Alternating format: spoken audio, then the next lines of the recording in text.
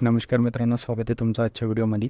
तर रेशन कार्डमध्ये जर तुम्हाला 12 अंकी नंबर पाहिजे असेल, तुम्हाला कुठेही सरकारी कामासाठी रेशन कार्ड नंबर मागितला जातो आणि जर तुम्हाला तुमच्या रेशन कार्डचा 12 अंकी SRC नंबर पण म्हटलं जातं त्याला, तो जर पाहिजे असेल तर तो कसा शोधायचा मी खूप सोप्या भाषेत तुम्हाला सांगणार आहे. तर चला व्हिडिओ सुरू करूया. मित्रांनो, सर्वप्रथम तुम्हाला मेरा रेशन हे ॲप्लिकेशन डाउनलोड करायचं आहे प्ले स्टोअरवर जाऊन.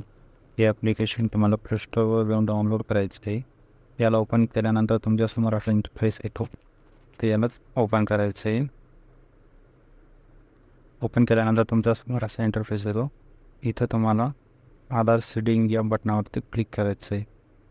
इथं क्लिक केल्यानंतर तुम्हाला आधार आणि राशन नंबर असे 2 ऑप्शन पाहायला मिळतात. तर याच्यामधून तुमच्याकडे जर राशन कार्ड नंबर नाही आहे तर तुम्हाला ऑप्शन सोडून द्यायचं आहे आणि आधार सीडिंग आधार संख्येवरती क्लिक करायचं आहे. आधार संख्येवर क्लिक केल्यानंतर तुम्हाला इथं तुमचा आधार कार्ड नंबर टाकायचा आहे. या जागेवर तुम्हाला तुमचा आधार कार्ड नंबर टाकायचा आहे. जसं माझा आधार कार्ड नंबर आहे,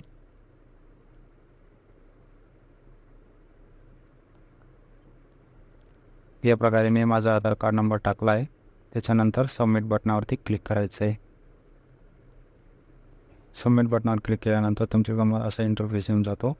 इथं तुम्ही तुमचा महाराष्ट्र राज्य, माझा डिस्ट्रिक्ट, योजना, इथं राशन कार्ड नंबर, दुकान संख्या आणि ONGCची स्थिती आणि इथं ज्या आधार कार्डमध्ये रेशन कार्डमध्ये जेवढ्या लोकांचे नाव आहे त्यांचे सगळ्यांची नावं दिसतात आणि आधार सीडिंग झाली का नाही ते पण दिसतं.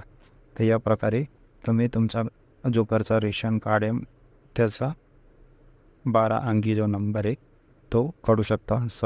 वरचा आहे तुमचा जो रेशन कार्डचा जो 12 अंकी नंबर आहे तो हा आहे. या प्रकारे तुम्ही काढू शकता. तर आजचा व्हिडिओ कसा वाटला कमेंट करून नक्की सांगा आणि अशाच व्हिडिओसाठी चॅनल सबस्क्राईब करा.